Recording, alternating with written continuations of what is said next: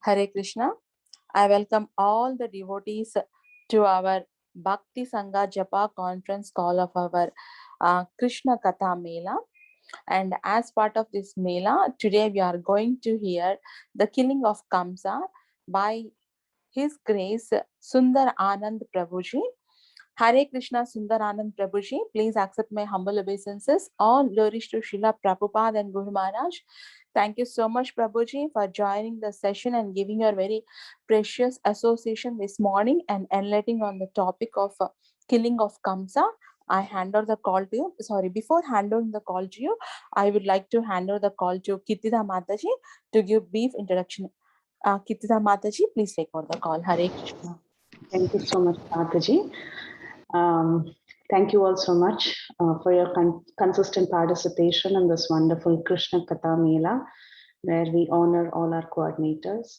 Today we have Sundarananda Prabhu with us. Sundarananda Prabhu is a disciple of His Holiness Romapada Swami Maharaj. He has been practicing Krishna consciousness since 2004 with the guidance of his mentor, Prema Tarangini Mataji, and he received initiation from His Holiness Romapada Swami Maharaj in 2014. Prabhu works as an IT architect for his profession and is currently a part of the Baltimore Temple congregation. He practices Krishna consciousness with his supporting wife and two lovely children. Prabhu assists in distributing books and holy name. He likes reading Srila Prabhupada's books and facilitates a few reading groups for reading and discussion of Srila Prabhupada's books. In Bhakti Sanga Japa conference, Prabhu is a regular attendee of the Srimad Bhagavatam early morning classes, and he's known very well for his interesting questions, inputs, and he also serves as a backup speaker from time to time. Prabhu speaks really well, and he's very knowledgeable. Because he's got this passion for reading Srila Prabhupada's books. So we are very fortunate to have him on the call. Prabhu will be talking about Krishna killing Kamsa from the Krishna book. Thank you all so much. Prabhu, you can now take over. Yeah, thank you so much, Mataji. Thank you all the devotees for giving me this opportunity. My wishes to all of you. Vanchakalpatarubhyascha kupasantu bevacha paditana pavanebhyo vaishnavibhyo namo namaha. So the topic we chose for today is that Krishna killing Kamsa. So it's a nice topic. It was valuable for me to even read this section and observe in it in preparation for this session.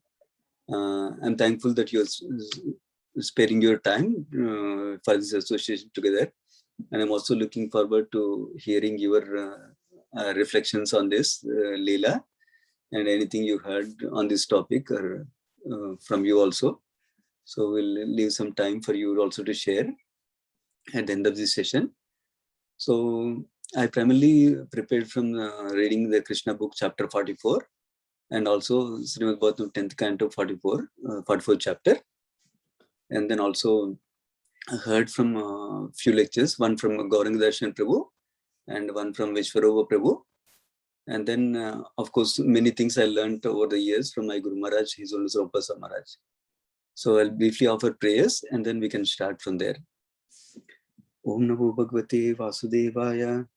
Om Namo Bhagavate Vasudevaya. Om Namo Bhagavate Vasudevaya.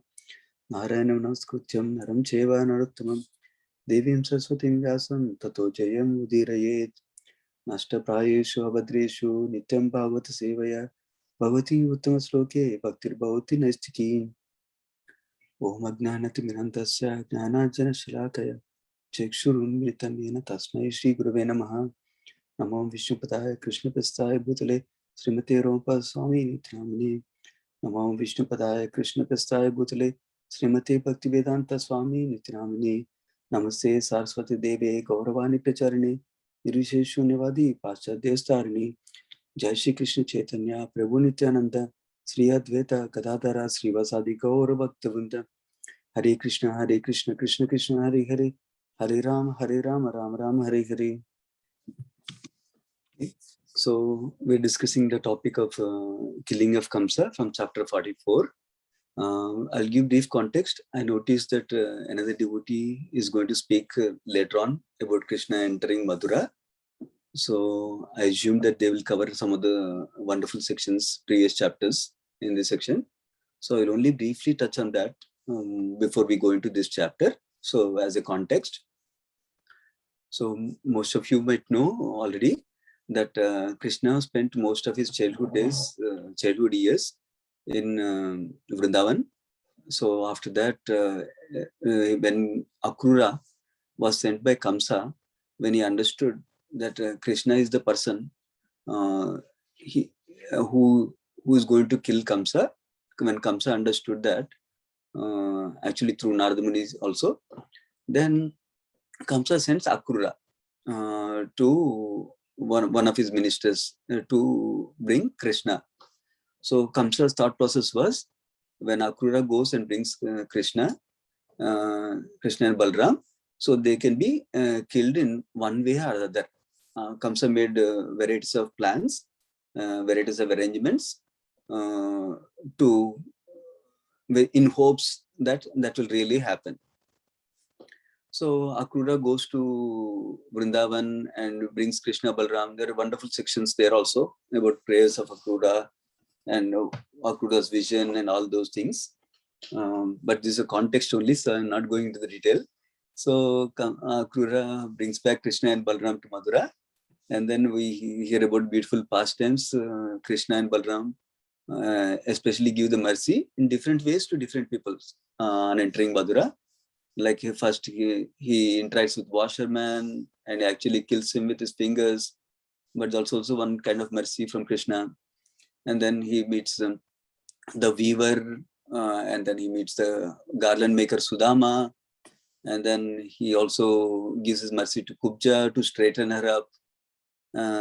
She was actually in a little curved, it seems. So then he straightens her up also, seeing her devotion. And then actually it's described that they also there's a bow ceremony, sacrificial bow ceremony that happens.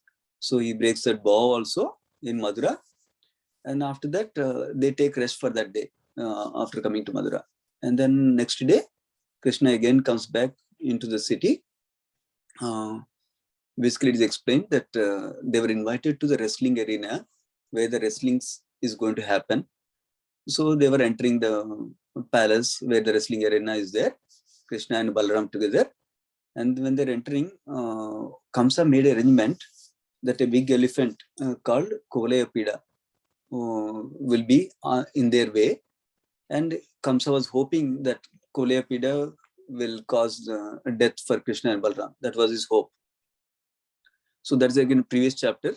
So just for context sake, so the Kovalayapida is very, very strong, like thousands of elephants it can beat also. Thousands of elephants it can beat also. So so Krishna, there's a wonderful description of how Krishna killed the Kovalayapida demon. Demon I'm calling, sorry. Demon, of course, because the associate of Kamsa. In that sense, is a demon with demonic mentality.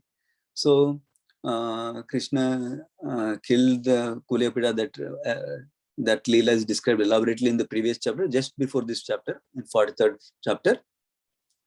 And then after that, Krishna and Balaram carry the tusks of the elephants on their shoulder, and they go to the wrestling arena. So when they go to the wrestling arena, actually some part of that is described in 43rd chapter. Basically, Krishna, Kamsa arranged very, very powerful wrestlers ready in the hope that they're the best wrestlers in the world. So he arranged them so that way they can confront Krishna and Balram. That was his intentions, evil intentions. So then what happened is, out of these wrestlers, two of them are very, very powerful. They are Chanura and Mustika. There are three other wrestlers also mentioned. So there are a lot more wrestlers are there, but primarily Krishna and Balaram deal with 5 of the wrestlers. So then this Chanura immediately invites Krishna and Balaram for a fight in wrestling match. So then there's a beautiful exchange happens in the previous chapter about that also, like how Krishna initially says, oh, we just a cowherd boys, we just wrestle in the forest as a play thing.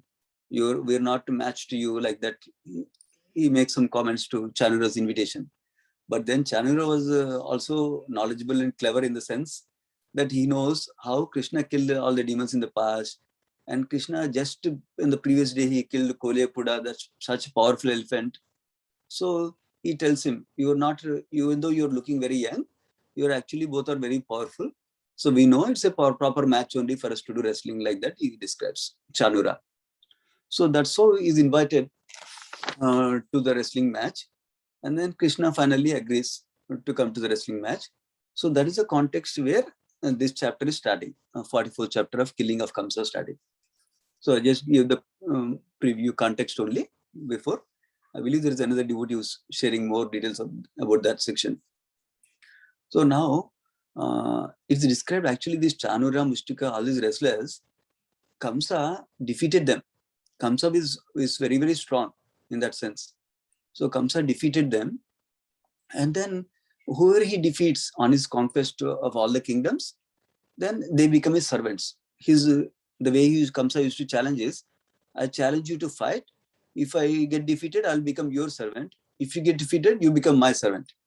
Like that, Kamsa went on challenges with everyone. In fact, Kolyapada also, he got like that only from Jarasandha.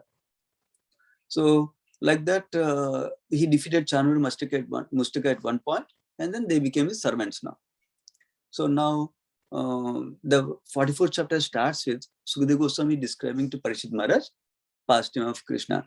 Actually, this whole 10th canto is coming because Sukadeva Goswami is describing different pastimes of Krishna that Parishit Maharaj wanted to know. So in the beginning of the 10th canto, actually it's described how the Krishna Katha is so wonderful. Especially out of all the Krishna Katha, the childhood pastimes of Krishna are so wonderful, like that is described in the beginning chapters of this 10th canto. So now, basically, now that Krishna and Balram accepted the invitation from Chanura and Mustika, they are getting ready to fight with them now. So Krishna is paid, wrestling is done between two people only, right? So Krishna is paid with Chanura, and then Balram is paid with Mustika.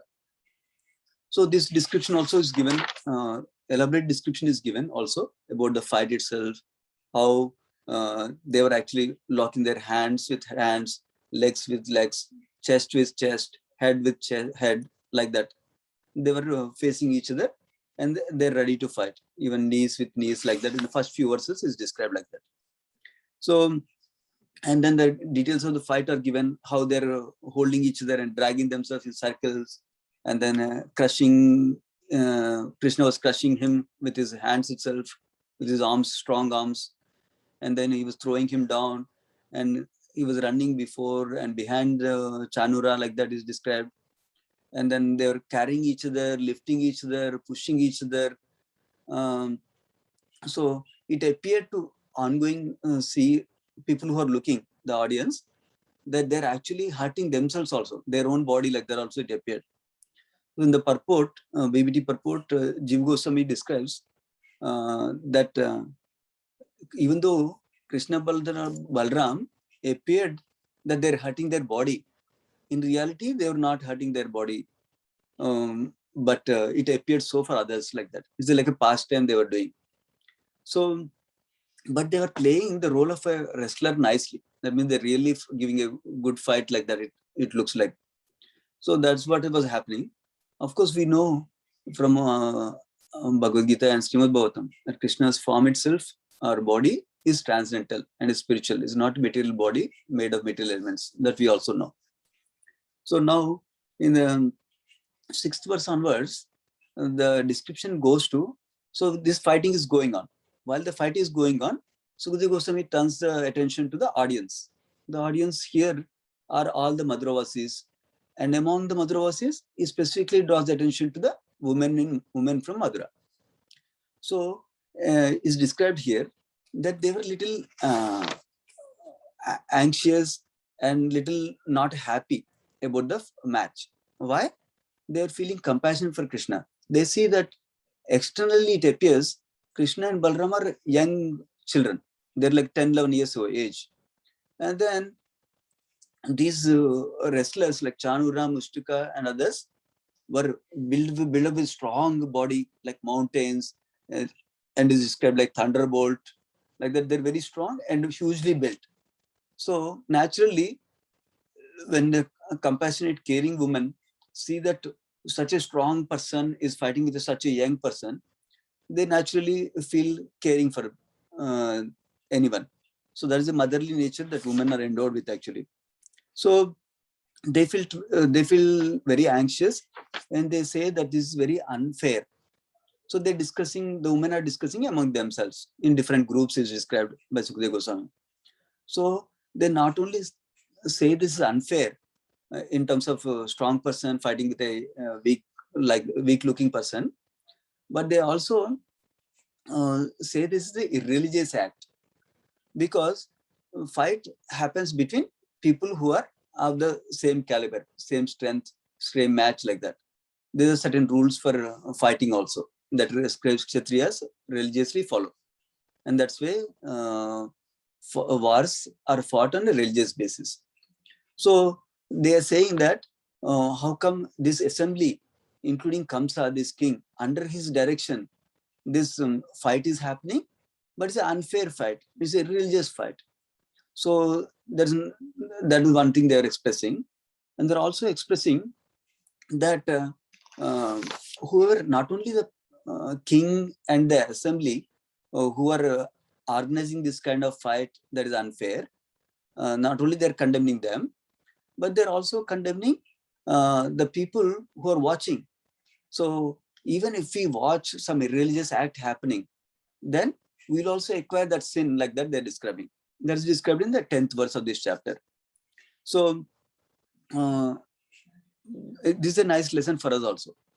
Basically, if the Sukadeva Goswami describes, or not Sukadeva Goswami, the women are speaking, a wise person should not enter an assembly if he knows the participants there are committing act of impropriety.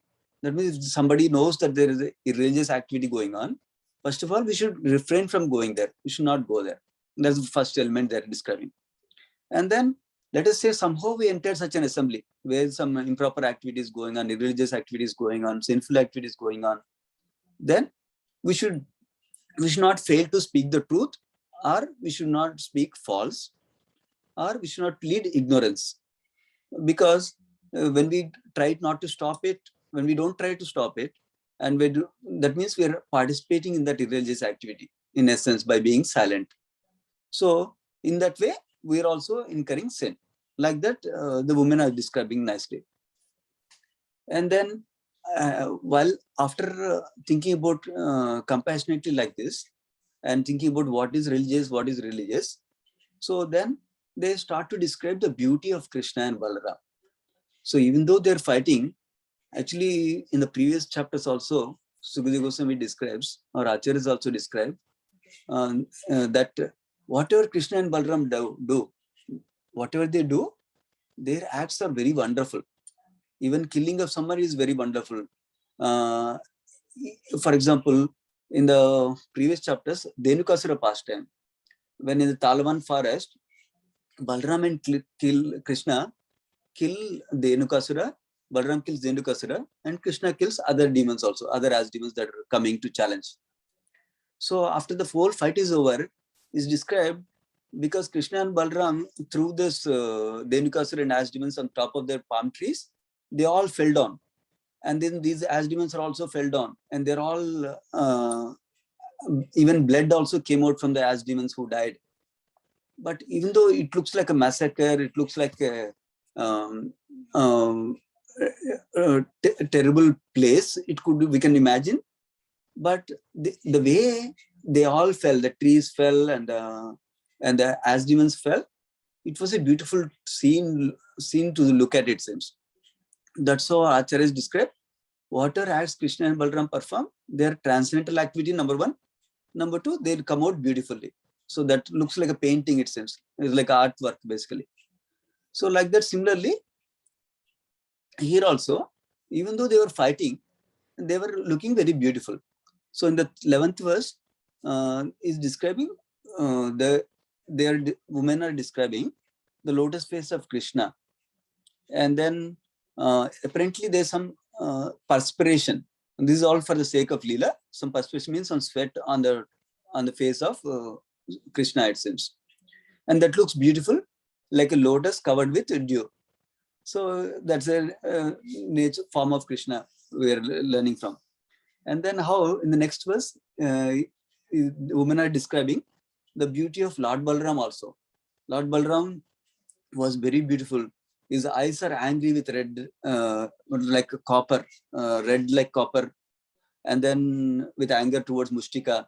And his beauty enhanced by his laughter, it seems, and his absorption in the fight also.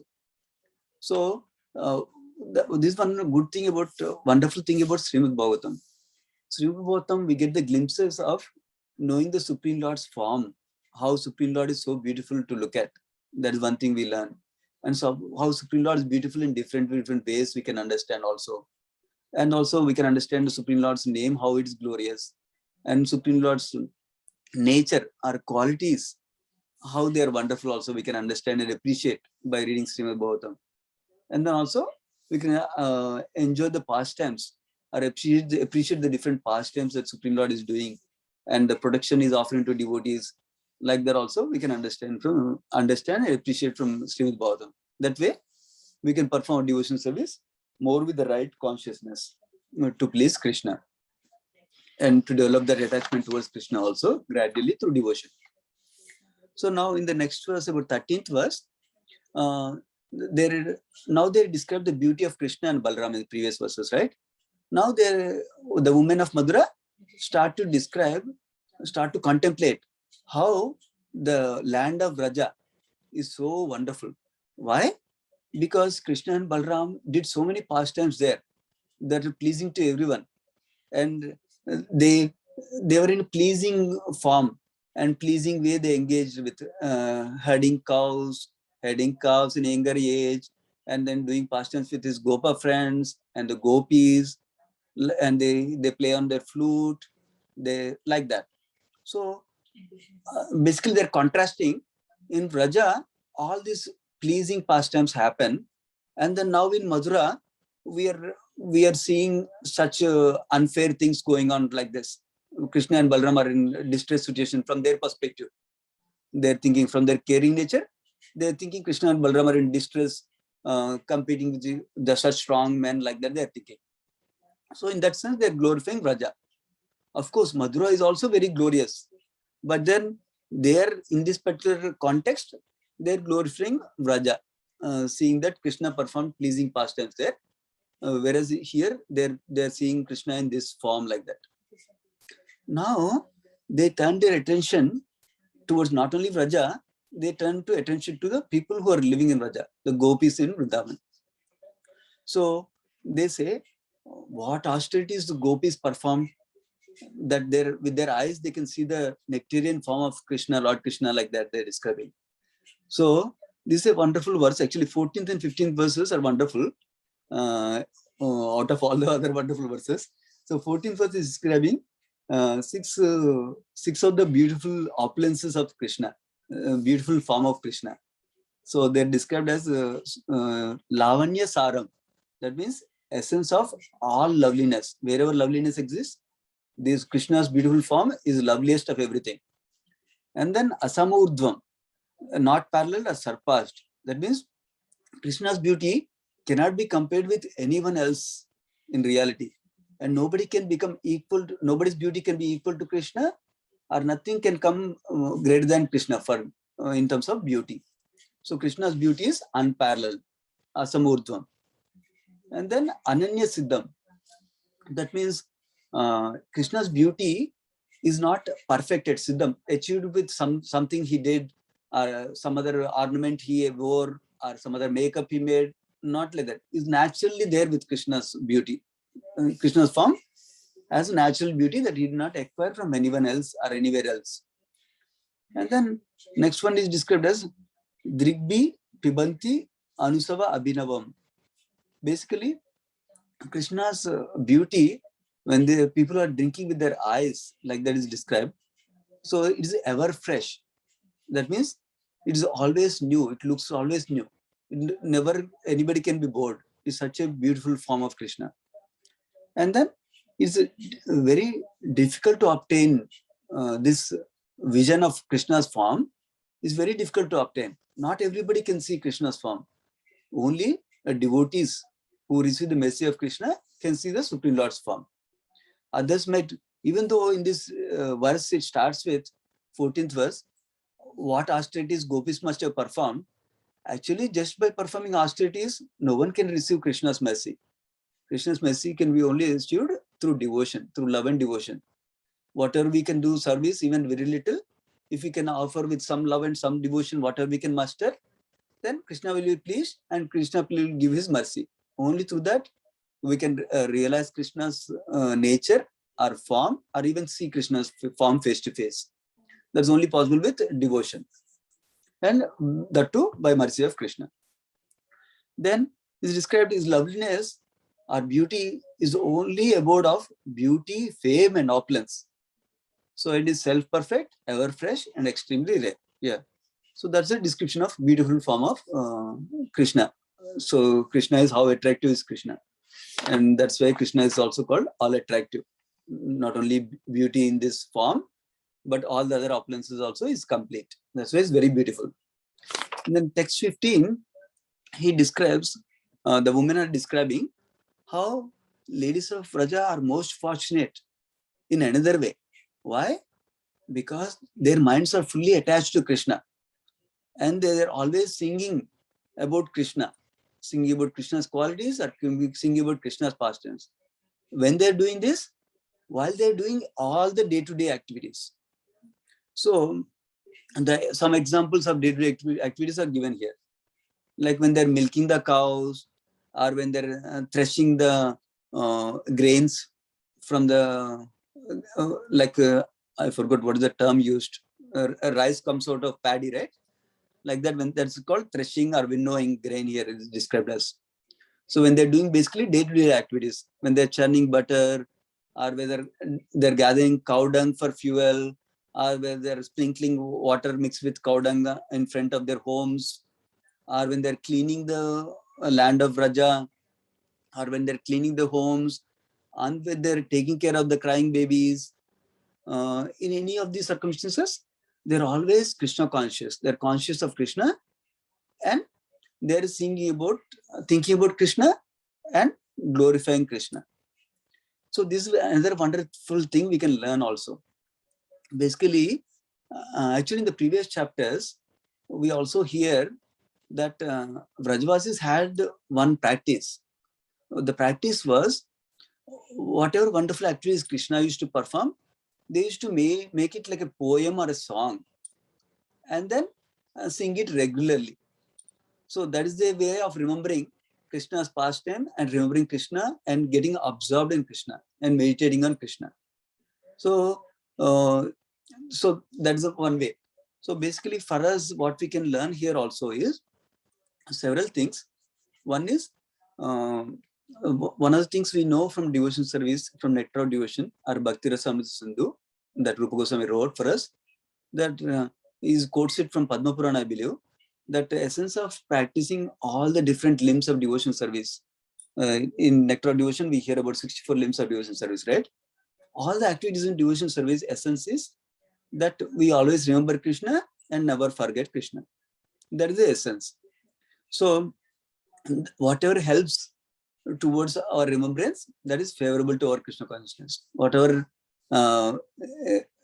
makes our remembrance go down, then that is not favorable for Krishna consciousness. So devotees can see like that also, and what to do, what not to do. That is one aspect. Second aspect is, whenever we perform a devotion service, it is important to engage our mind, to absorb in Krishna, to think about Krishna, to do it as an offering to please Krishna. That's another thing we can learn, because that is an essential component of engaging mind is required in devotion service. Of course, we also see from Bhagavad Gita, learn from Bhagavad Gita, that we are meant to engage our mind, intelligence, body, including our words also in service of Krishna. And we also hear a hierarchy in Bhagavad Gita, how engaging the body is easier to do Engaging the intelligence is a little bit harder to do. Engaging mind is more harder to do. But the devotees practice engaging mind intelligence in and words and body in service of Krishna, like that. So as much as we can do. For example, as devotees practicing devotees, we engage our senses by offering some practical service, physical service to Krishna, and doing our activities, daily activities as a service to Krishna. And then also we engage our intelligence in reading scriptures and hearing from devotees. We engage our intelligence. And then we engage our mind in primarily in engaging in chanting of the holy name, Hare Krishna, Krishna Krishna, Hare Hare, Hare Rama, Rama Rama, Hare Hare. Of course, we also engage our mind whenever we're doing any activity for Krishna, to please Krishna. So these are different ways we can engage. So now another aspect that Prabhupada points out in the previous chapters is that actually in previous cantos also Prabhupada makes this clear, that devotees need to develop some habit of memorizing certain slokas or certain prayers or certain songs that they like. So they can absorb by reciting them regularly. So for example, some of the devotees, like senior devotees, they have this practice of when they're walking from one place to another place, they're chanting the holy name. Or some devotees have the practice of chanting some slokas that they want to memorize, that they memorize, that they love it, like that. Some devotees have the practice of singing a song. This way they are absorbing in Krishna's meditation, basically. So those are the few ways we can also practice engaging in Krishna's meditation while we are doing other things. Of course, the key point is doing everything we are doing as a service to Krishna. That's a cultivation that as practicing devotees, we're trying to learn and get better at with the guidance of our spiritual master, guidance of our mentor, guidance of other devotees. We learn to cultivate that mode of pleasing Krishna in anything that we are doing. So that's in the 15th verse. That's a beautiful verse, glorifying the gopis of Braja, how they're constantly meditating in Krishna service, even while they're doing daily activities. They're setting an example for us. And then they're further describing how when the gopis hear Krishna playing his flute as he leaves Vraja in the morning to go to the forest with his cows, or when Krishna is returning back from the forest, the young girls, they come out to see Krishna's form. So they must have performed many pious activities like that. They're glorifying again the gopis of Vrindavan. They're glorifying the gopis of Vrindavan. And they're describing the smiling face of Krishna they see at that time. And Krishna not only smiles, he mercifully glances upon them, it seems. So that's also a beautiful thing. Actually, in the previous chapters of the 10th canto also we see how when a devotee gets the darshan of Krishna, they're not only enjoying bliss or happy by seeing Krishna's form with their eyes, but they're also actually experiencing bliss with other senses also is described. For example, the aroma of Krishna, also their smelling is described. And they're hearing the flute sound, beautiful flute sound of Krishna is described like that. And then the winds flowing or touching them like that. Basically, different senses also experiencing happiness of being in association of Krishna is described actually. So now, in the 17th verse, Sukadeva Goswami continues that now, remember, first he was describing about how the fight was going on, and then he turned his attention towards the audience, and then audience, how they were relishing the beauty of Krishna, like that is described. And now he's turning his attention back to the fight itself. So he goes back to the fight, and Krishna sees the kind nature of Krishna and see the caring nature of Krishna here from this verse, 17th verse. Basically, he understood the women are anxious that what will happen to Krishna. See, Krishna is an unfair match. Krishna is fighting against these big mountain-like persons, wrestlers. What will happen to him? They're a little anxious. Krishna understood that. So Krishna is caring. So he doesn't want to put the devotees into much anxiety. So then he decides, okay, now I'm going to finish him off. I'm going to kill this opponent.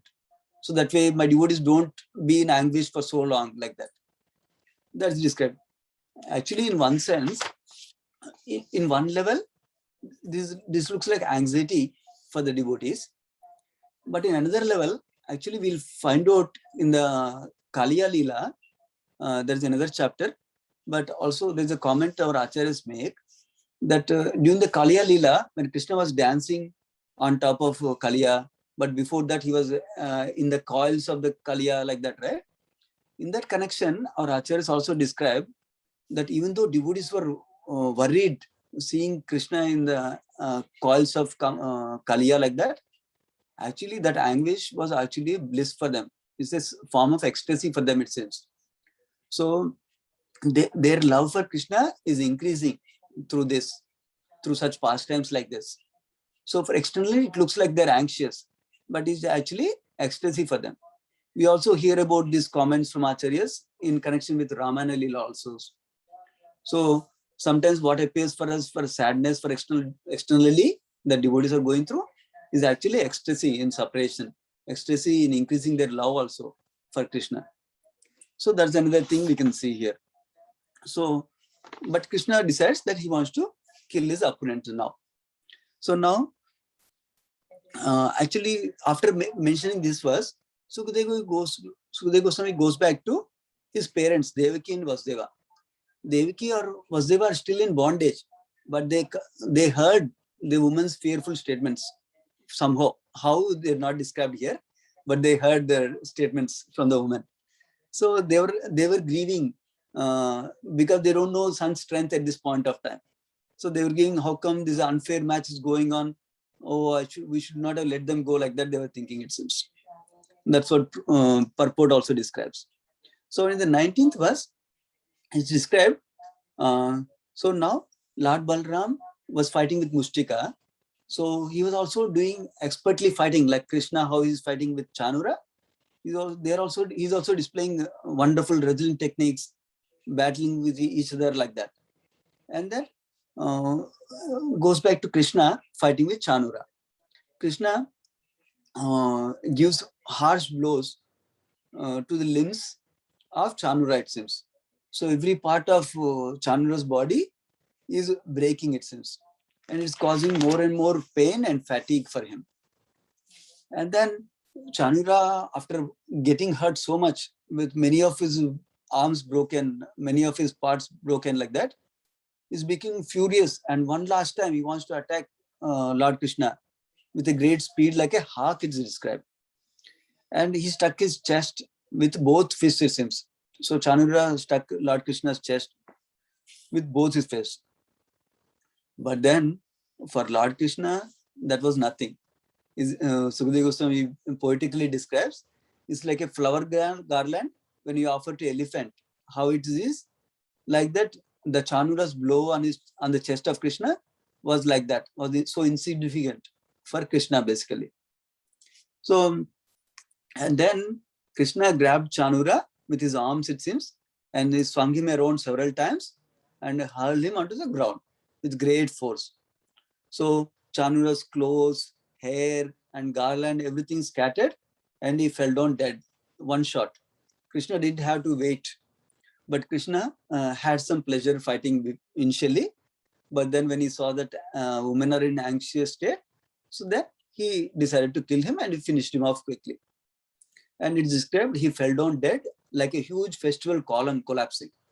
Apparently, Sridhar Swami describes in the purport that Indradwaja refers to Bengal. When there's some festival happens, there's a big flag-like pole, it seems. A big pole that is kept with flags and banners. So how when the pole falls flat, like that, he fell down right away. Like we sometimes call Dandavat, like that, right? Like a stick falling. So now, in the 25th verse, Balaram also struck Mustika with his fist. Mustika with his fist. And he also fell dead. So, yeah, actually, when he gave the blow like that, the demon trembled with great pain and he vomited blood and fell lifeless on the floor, like how a tree falls down with a wind, with a great storm, like that he fell down, it seems. And then what happened when these two wrestlers are killed now? Chanura by Krishna and Mustika by Balram. Then there are other wrestlers, 3 more wrestlers that were there. They also came ready to fight. Those are Kuta. He was killed by Balarama with his left fist, it seems. And then 2 other wrestlers also came. Krishna struck the wrestler Sala in the head with his toes, it seems, and tore him in half. And then Krishna also fighted with Toshala, another wrestler. Total 5 wrestlers described so far. And then so all these 5 wrestlers are killed now. And the other wrestlers who were watching, they got scared and they fled away from the scene. Then after this victory by Krishna and Balram, killing the wrestlers and the wrestling match, so then they invited their other cowherd boys, Gopa friends, to join them, and they danced, it seems, in the wrestling arena, and they sported. The ankle bells were the musical instruments for their dance, it seems. So in the purport, BBT purport is described like how in a boxing match, when the champion, somebody wins and becomes a champion, their friends and relatives come inside the ring and they celebrate with them by dancing. Similarly, Krishna and Balram also were celebrating their victory. Like that is described in the 29th verse. And then like this, now all the audience were also happy seeing the victory of Krishna like this, because they're all worried initially, but now they're happy that Krishna defeated this, Krishna and Balram defeated these 2 wrestlers, strong wrestlers like that. So now everyone was happy except Kamsa, because Kamsa saw that his last options for saving himself were gone now. He thought all the demons would have helped him, but now even the last wrestlers also could not do anything to Krishna Balram. So he suddenly got worried now. So, but then it's described exalted Brahmanas were exclaiming, excellent, excellent, like that. So now Kamsa, because he got worried, he got up from his seat and he stopped the music that was going on, it seems, which was meant for his enjoyment or his pleasure. He stopped the music now because there's no more enjoyment. He's worried now about his life itself. Then he suddenly, like a madman, without considering proper place and time and what is politically correct as a king to do, he did not consider anything. What is ethical or moral to do, he did not consider anything. Like a madman, he blurted out orders. What is the orders he gave? He said, drive these 2 wicked sons of Vasudeva, that means Krishna and Balrama, out of the city, out of Mathura basically, and then confiscate the cowherds' properties. That means take the property of the cowherds who came to watch the match and arrest that fool Nanda. Nanda means son of father of Krishna, right? Nanda Maharaj. He says, arrest that Nanda. And then he says, kill that most evil fool Vasudeva, the other father of Krishna. He said, kill him. And also kill my father Ugrasena, along with his followers who have supported my enemies, like that. Actually, it's described. There's a pastime behind this also. Kamsa was not born to Ugrasena directly, it seems. Ugrasena's wife was one time Ugrasena was not with his wife. Then that time someone came like Ugrasena form, it seems. Some demon came like Ugrasena form. His name is Drumla, I think, if I remember correctly. Came as Ugrasena. He came in the form of Ugrasena. Some of the demons have this benediction that they can change the form, right? Like how we know Putana changed herself to beautiful form, like goddess of fortune, like that is described. Like that, they change the form as Ugrasena, it seems. So that's why the demoniac qualities came to Kamsa, even though Ugrasena was a nice devotee. So he ordered Ugrasena also to be killed now, along with his followers. So now, when Kamsa ordered like this, audaciously before everyone like this, Krishna became angry, it seems. And then he quickly and easily jumped up onto the high royal dais of Kamsa, where he was there on a higher level. He quickly jumped. He did not waste any time in doing that. Then but Kamsa was seeing like how death is approaching like that when Lord Krishna is coming there. So Kamsa took up his sword and shield to protect himself, to defend himself like that from Krishna. But it's described that with the sword in hand, Kamsa moved quickly from side to side, like a hawk in the sky. Hawk is moving in the sky like that, right? Eagle. Point to note here is, Kamsa was in such a great fear. And actually, from the time Kamsa knew that Krishna is going to kill him, he was always in fear. But now, when he saw Krishna right before him, ready to pounce on him, he became more fearful. So then, because of his fearful nature, he could not do anything, basically. That's what also is described by Acharyas. So now, Krishna, whose fearsome strength is irresistible, powerfully sees the demon. So, as like how a snake is caught, he just caught hold of Kamsa. And then he took away his crown, Kamsa's crown, and then he grabbed hold of the Kamsa's hair. And then he threw, by holding his hair, he threw Kamsa onto the dais where the wrestling happened, where the wrestling match happened. He threw him there, it seems. So then he also jumped onto the wrestling place, and he with his fist, Krishna killed Kamsa basically, till he lost his life. So now, after killing Kamsa, Krishna does one more thing. So Sukadeva Goswami narrates it as how a lion, after killing an elephant, it drags a dead elephant, it seems. So similarly, Krishna dragged Kamsa's dead body along the ground so that everyone in the audience can see that Kamsa is really dead, not just unconscious. He's really dead like that. So when he did like that, all the audience cried out, oh, like that, it seems. Because they're surprised that king was suddenly dead and gone, it seems. Not just unconscious like that. So Vishwarup Prabhu was describing on this pastime portion that there is a significance of why Krishna was holding Kamsa's hair.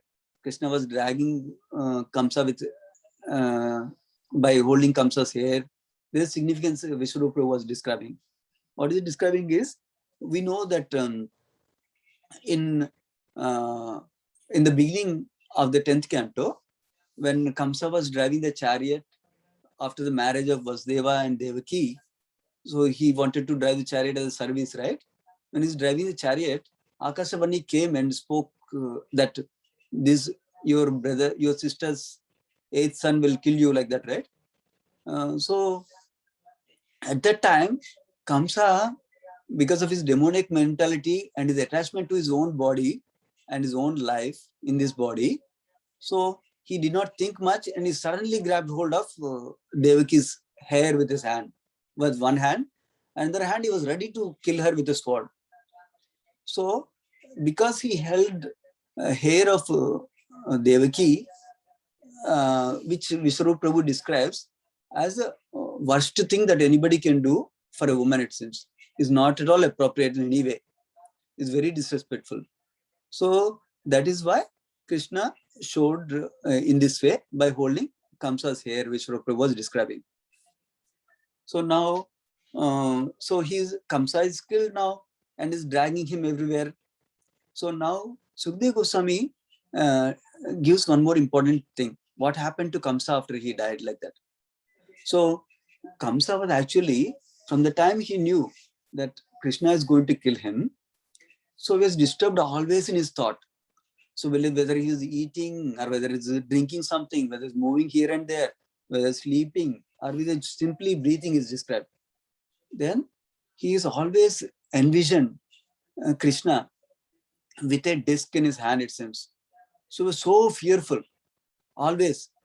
So that is why, because he was always conscious of Krishna, even though in an unfavorable way, even though out of fear, even though by regarding Krishna as an enemy, he actually achieved the liberation of Sarupya Mukti, it seems.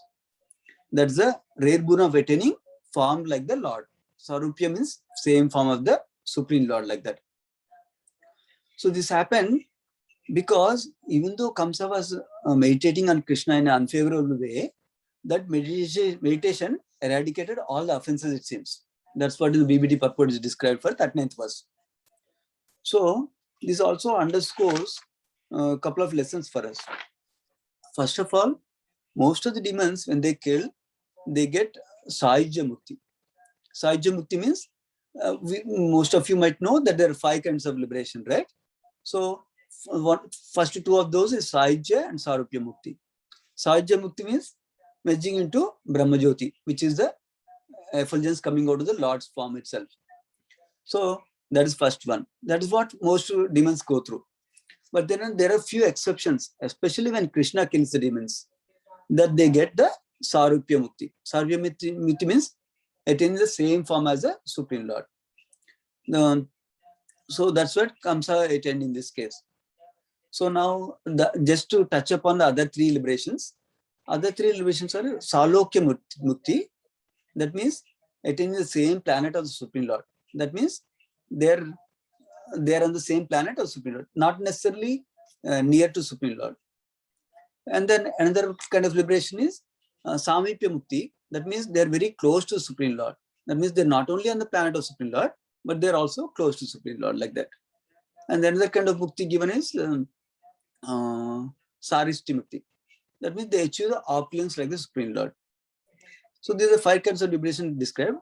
Of course, Vaishnavas don't like the Sahajya Mukti at all, because there's no activity of service when you merge into Brahman. There's no activity of service involved.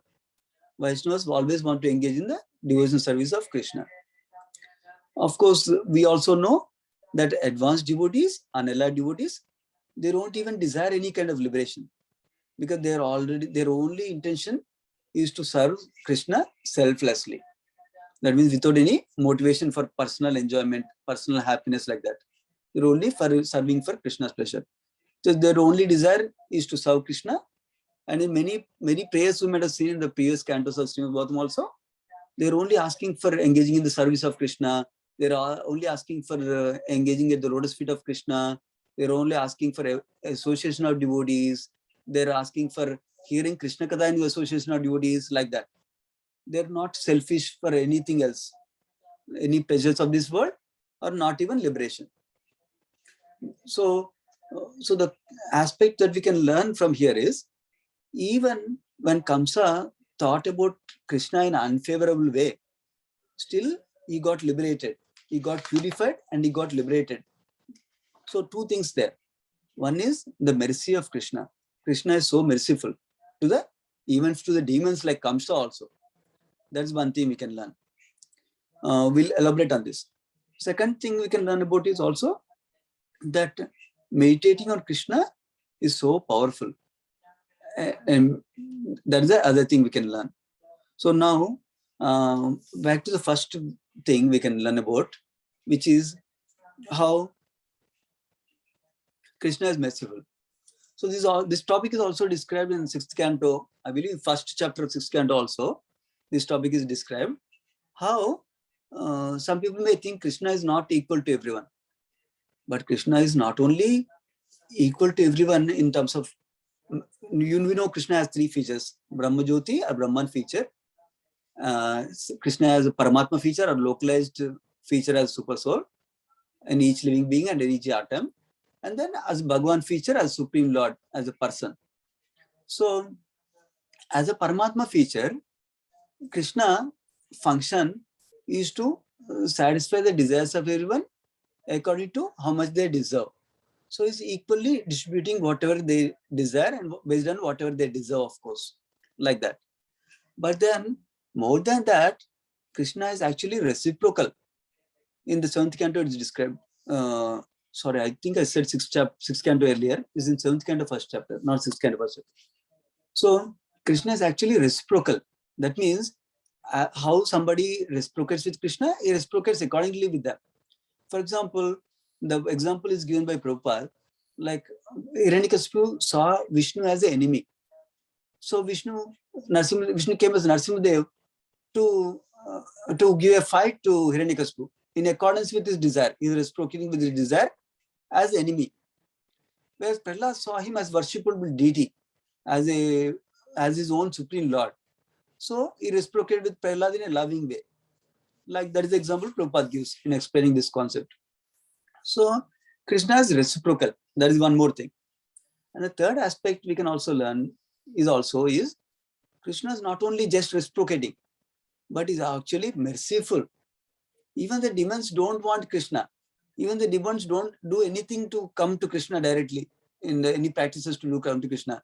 But Krishna is so merciful that he gives opportunities, which we can see from different pastimes. Out of all these, like Putana pastime is glorified for Krishna's mercy in this angle. Putana came to kill him, but he gives him the position of being a nurse in a spiritual world. Like that. Even in that similar way, Kamsa also is giving mercy to a demon who is not even coming to Krishna. I want to become your devotee. Even them he is giving mercy. That's the merciful nature of our Supreme Lord. So when we learn about this merciful nature of Krishna, we can also develop some affection for him and attachment for him while we're performing devotional service. So now after Kamsa was killed like this, then Kamsa's 8 brothers came to fight with Krishna and Balram. So then it is described, Balram killed all of them. And Vishwarup Prabhu describes there is a reason for that, it seems. Krishna did not want to kill his maternal uncles. We know Krishna's maternal uncle was Kamsa, and similarly Kamsa's brothers. But Balram was born to Rohini. In that sense, Kamsa is not directly his maternal uncle, and Kamsa's brothers also. So it's described Krishna doesn't go against scriptures unless it's really required. Otherwise, he sets a good example according to scriptures. Of course, he's Leela Purushottama. For transcendental Leela, sometimes he goes against scriptures, but he avoids the situation, it seems, unless it's really required for a particular situation. That's why he chose that Balram kill his maternal uncles, it seems, in this situation. That's how Vishwarupa Prabhu was describing. And then when they saw all this Kamsa getting killed and all the brothers getting killed, the demigods were very happy and they're chanting prayers, they're sounding kettle drums, and they're showering flowers, and the wives of demigods were dancing. Like that is jubilant atmosphere described. So then after that, the Kamsa and Kamsa's brothers' wives were grieving, it seems, obviously because of the husband passing away.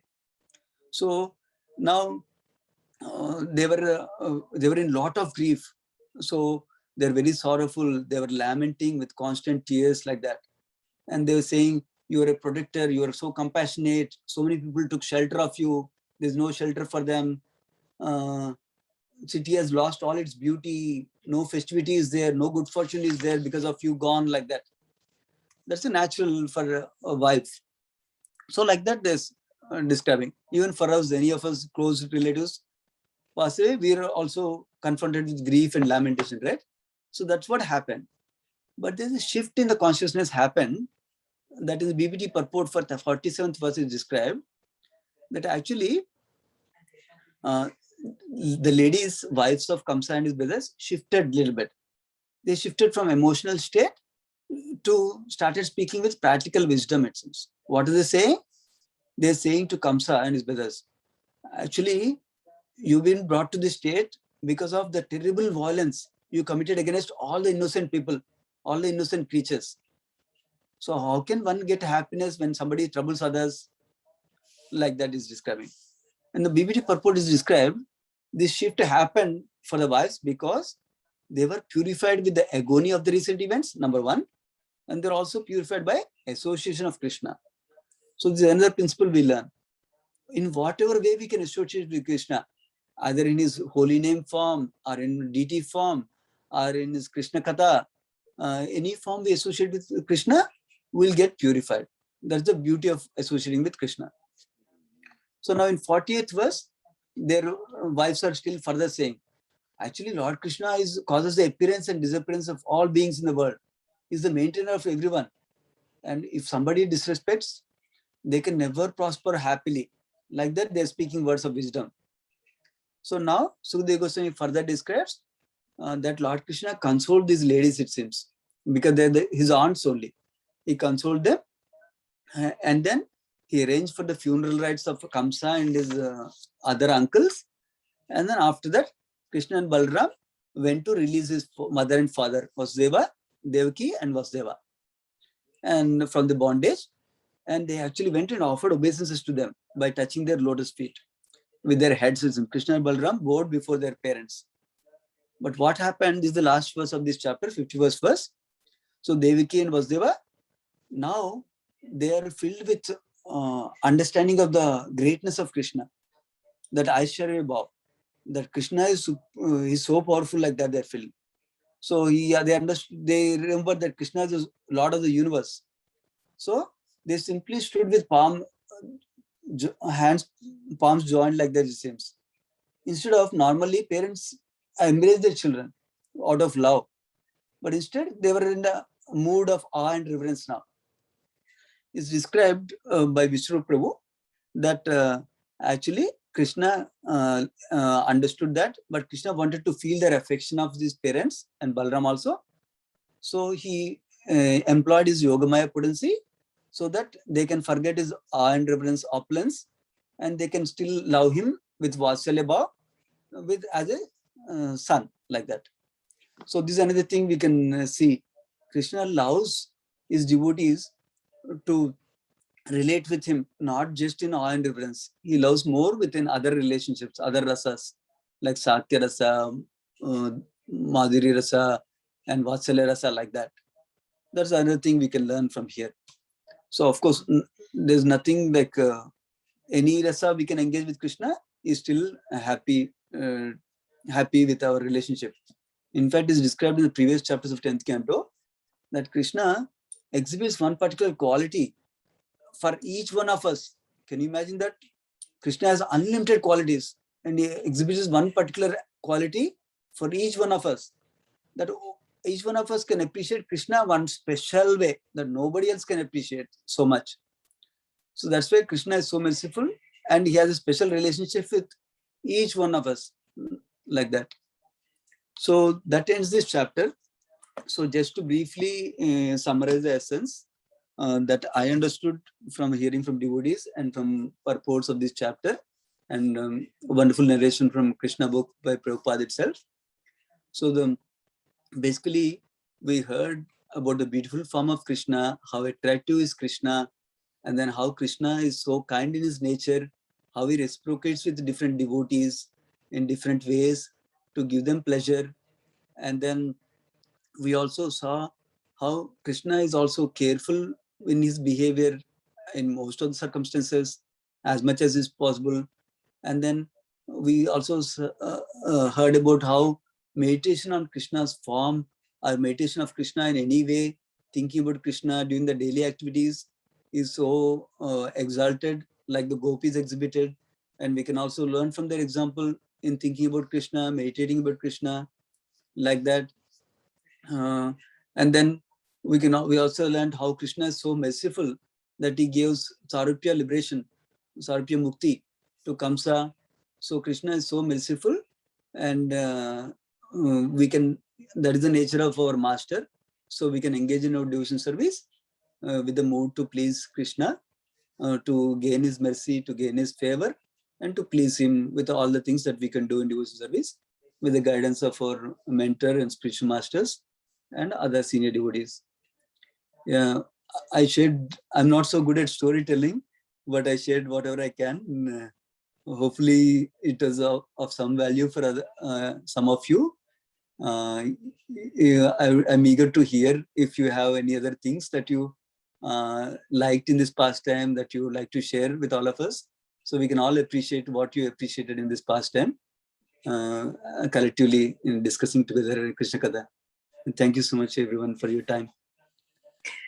Hare Krishna, Sundaranand Prabhu. Such a beautiful class with all the commentaries in place. It was like hearing from His Holiness Rampat Swami Maharaj. He always does he researches exhaustively and he presents, and your presentation was so similar to his. So thank you so much for including all these different realizations and commentaries. I really liked how you elaborated on the verse that talks about Krishna's lavanya, the beauty of Krishna, And then besides that, you were also talking about how it's important not just to just perform devotional service, but when we are performing devotional service, you need to have that meditation. So that is my take-home message for today. Consciously, I have to think about Krishna. Most of the time, I'm mechanical. So definitely, that is something that I have to take home today.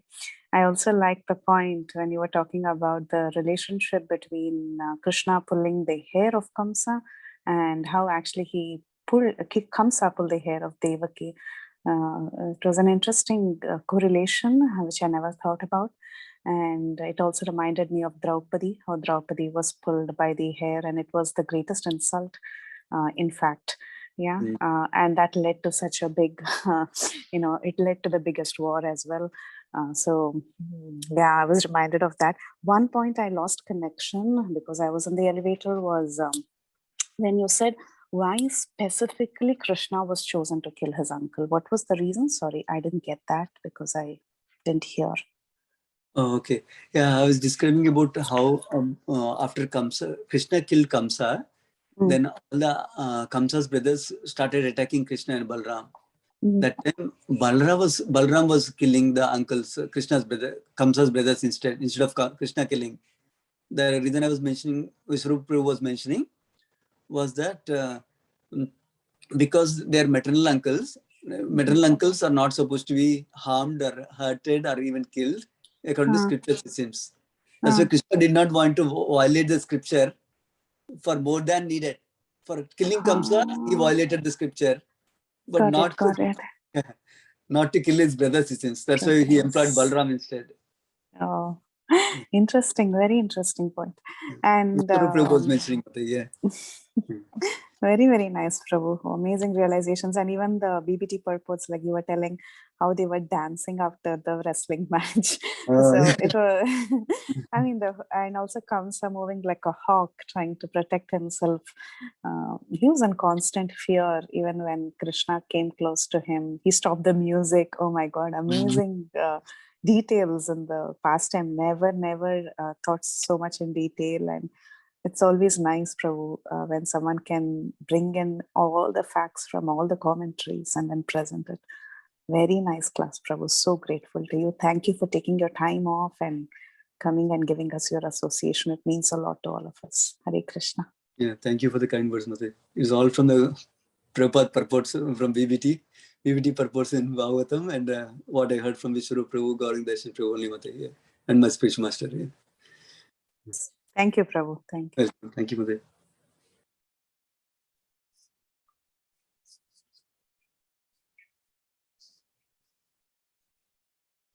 Vinita Mataji, can everyone be unmuted? Everybody can unmute it, Mataji, now. I want to speak. Thank you so much, Sundaranand Prabhu, for coming on the call and giving beautiful class.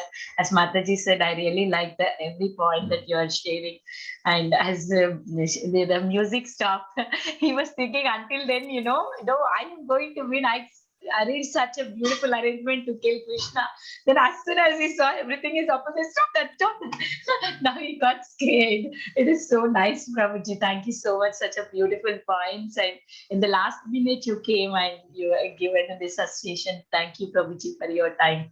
Hare Krishna. And everybody can now unmute themselves. I have given the permission. Please go ahead. Thank you, Prabhuji. Hare Krishna. Very nice. Hare Krishna. Thank you, Mate. Hare Krishna. Hare Krishna, Prabhuji. Dandavad Pranam. Glory to Srila Prabhupada. Thank you for such a wonderful session, Prabhuji. And as you were explaining the purpose also, we get more and more insights into what actually is happening. And it's very easy at least for me, it was easy for me to forget that Kamsa did not attain Sayudhya Mukti. He actually got Sarupya Mukti. So, and thank you for emphasizing on so many points. I had a question, Prabhu. Yes, Mate. Okay, so you said towards the end that all the queens of Kamsa and his brothers, they all forgave Krishna. Kind of, they understood why the Lord had to come and perform this pastime. So why is it then that Jarasandha had to come and constantly, take revenge? Yeah, thank you. So many times. Yeah, sure, Mate. Yeah, I was describing slightly.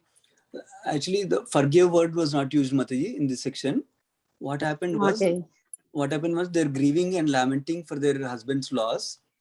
And after that, because there's some purification in their heart, BBD purport describes, they switched to the practical wisdom and they said, oh, because you caused so much harm to all the innocent people, that's why you got this like this. And Krishna is the creator, maintainer, like that. They're speaking like that wise words, Mataji. That much is described. Whether they did not have any grudge in their heart, they forgive, like that is not described in this chapter. But you like nicely indicated. Later on, they go back to their father Jarasandha, and then Jarasandha comes back to fight with him. I not read that chapter set, Mataji. Actually, I'm 10th canto. I've not come to this level also already. I'm still in the 14th chapter of 10th canto, still my systematic reading. So I don't know if in the later chapters is described about where they forgive, but Jarasandha still came anyway or not, or they still have maintained some grudge or not. I do not know much. The later chapters I did not read. If other devotees on the call know something, please feel free to share. That'll be helpful for all of us. Thank you so much, Prabhuji. So, I mean, that's also like how Hiranyakashipu also gave some practical insights to his mother when she was grieving. So Exactly. this is just like that, but ultimately he still had that grudge. Yes. Exactly. Thank you so much, Prabhuji. Knowledge is not enough to change the character or behavior. Yeah.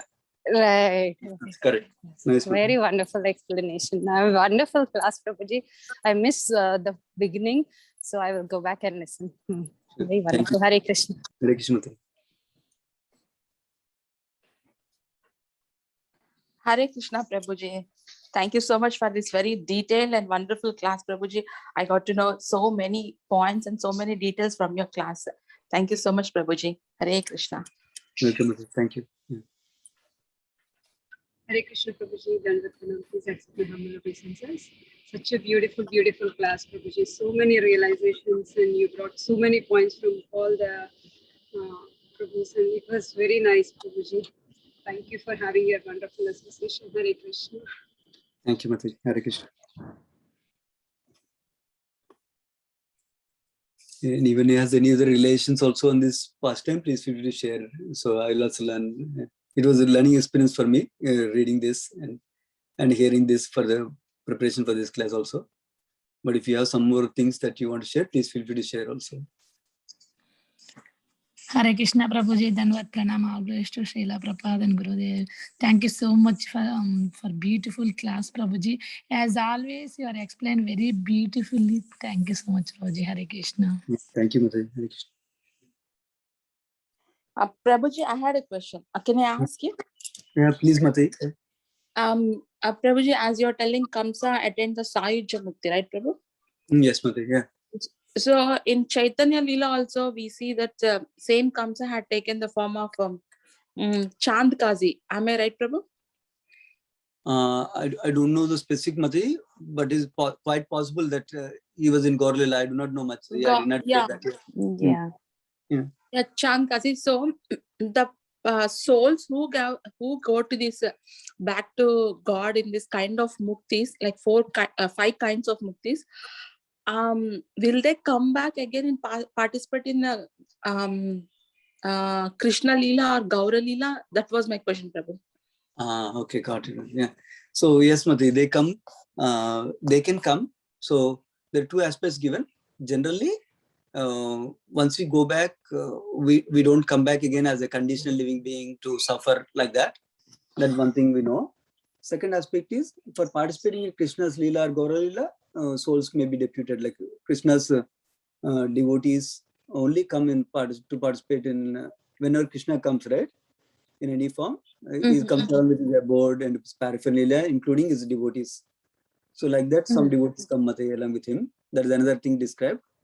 And then the third aspect also Acharyas described is that some devotees who are perfect in their life, let us say you perfect this life now, and then what happens is you get trained in your next life, in one of the in the material world, wherever Krishna is performing pastimes, you get trained under some devotee to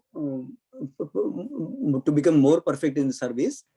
And then when we go to spiritual world, in Krishna's Leela, that's another description also I heard, Mati, from Acharyas.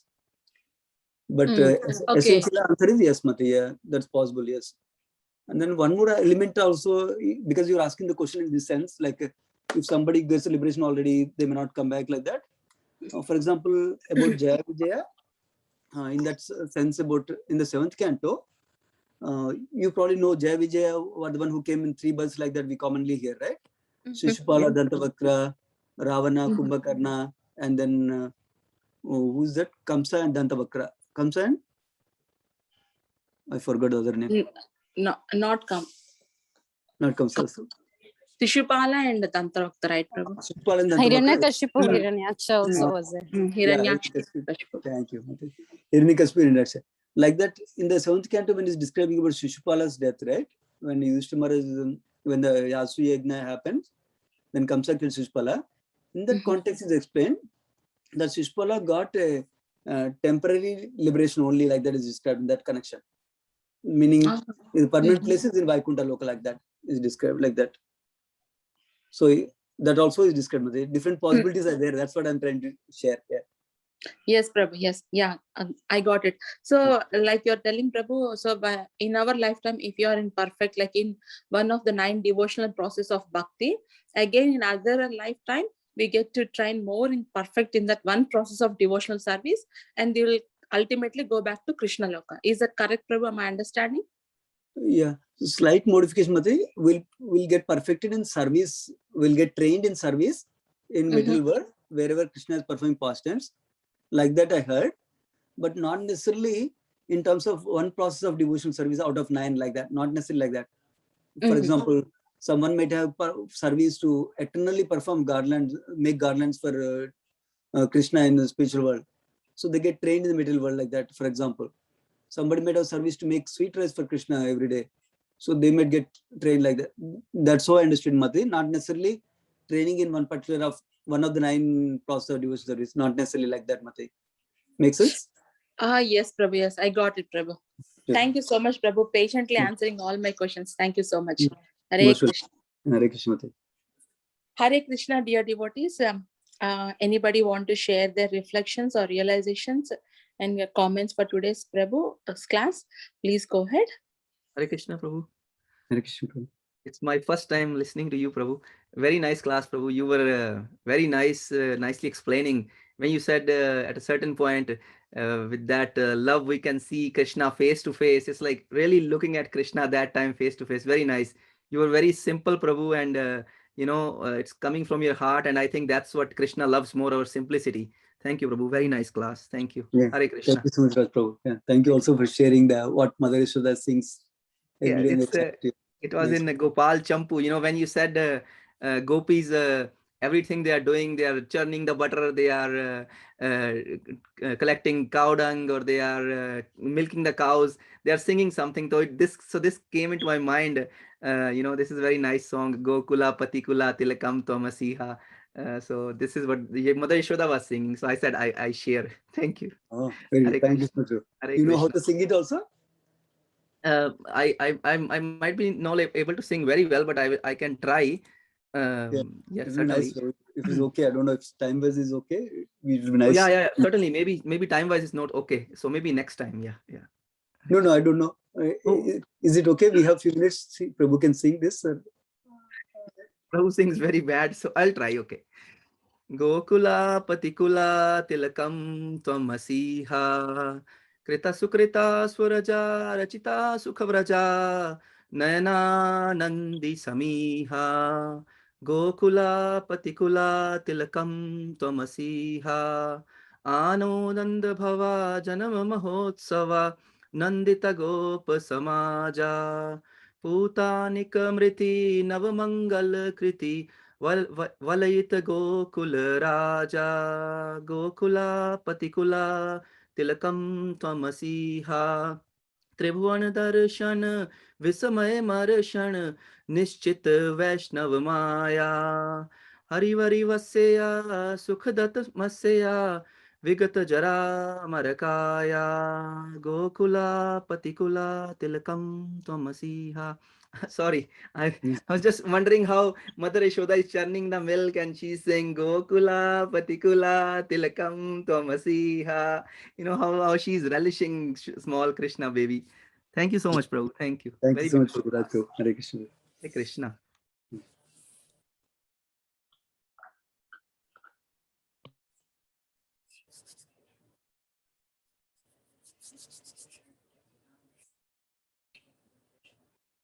Anyone else has any other comments or questions?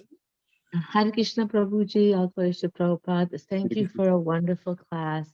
I kept getting phone calls in between and I was getting quite annoyed. But you had so many beautiful points, and especially the part I liked where you were talking about how Krishna is reciprocal, merciful, and equal to all.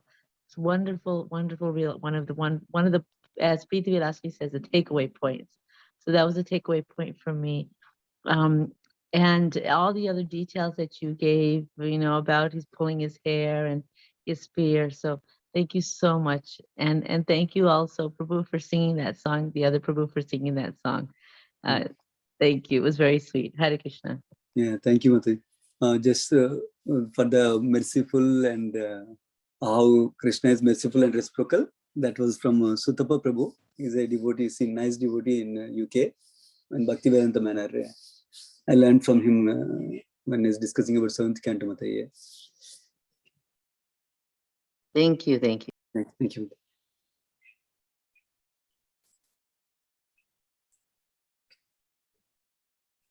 Hare Krishna, dear devotees. So if there are no more questions and realizations to share with Prabhu, so then we can end the call with Prabhu's permission and all the devotees' permission. So thank you once again, Prabhu. Thanks for this wonderful session and giving us all the detailed explanation, which I couldn't know. Because of you, I got to know so much detailed explanation, Prabhu. Once again, thank you. So with this note, I would like to pay my obeisances to you and all the devotees on the call. Vancha kalpatarupyasya kripa sindhubhye vacha patitanam pavanebhyo vaishnavebhyo namo namaha. Ananta Koti Vaishnav Vrinda ki jai, Namacharya Srila Haridas Thakur ki jai, Srila Prabhupada ki jai, Krishna Katha Mela ki jai. His Grace Sundarananda Prabhuji ki jai. Jai. Thank you so much, Prabhuji. Hare Krishna. Yeah, thank you so much. Hare Krishna. Krishna, thank you, Prabhuji. Thank you. Thank you all.